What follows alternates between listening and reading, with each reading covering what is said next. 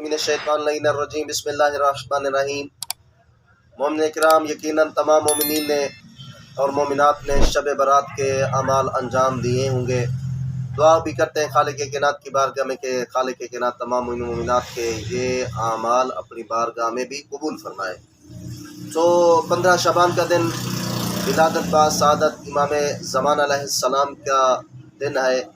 وہ امام زمانہ جس کے صدقے کائنات کو رزق مل رہا ہے، وہ امام زمانہ جس کے بارے میں فرماتے ہیں ثبتت الارض والسماء، یہ جو زمین و آسمان اپنی جگہ کے اوپر قائم ہے تو یہ امام زمانہ علیہ السلام کے وجود کی برکت سے قائم ہے۔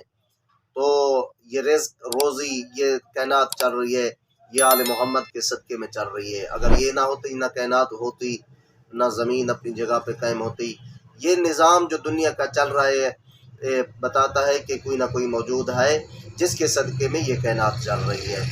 تو 15 شعبان کا دن جو کہ مومنین کے لیے عید کا دن بھی ہے، آج آپ کی خدمت میں 16 شعبان کی رات کے اعمال بیان کرنے ہیں۔ 16 شعبان کی رات کے مختصر اعمال ہے۔ 2 رکعت نماز پڑھنی ہے جس کی ہر رکعت میں الحمد کے بعد 1 مرتبہ آیت الکرسی اور 15 مرتبہ سورۃ توحید کی تلاوت کرنی ہے۔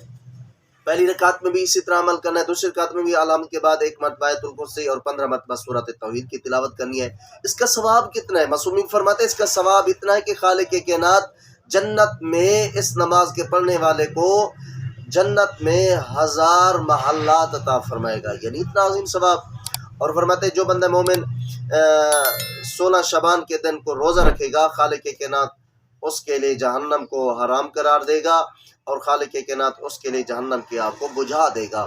دعا کرتے ہیں خالق کائنات ہم سب کو میں شعبان کی راتوں کے اور دن کے اعمال بجا لانے کی توفیق عطا فرمائے۔ مالک کائنات تمام مومنین کے مال رزق کاروبار میں بھی اضافہ فرمائے۔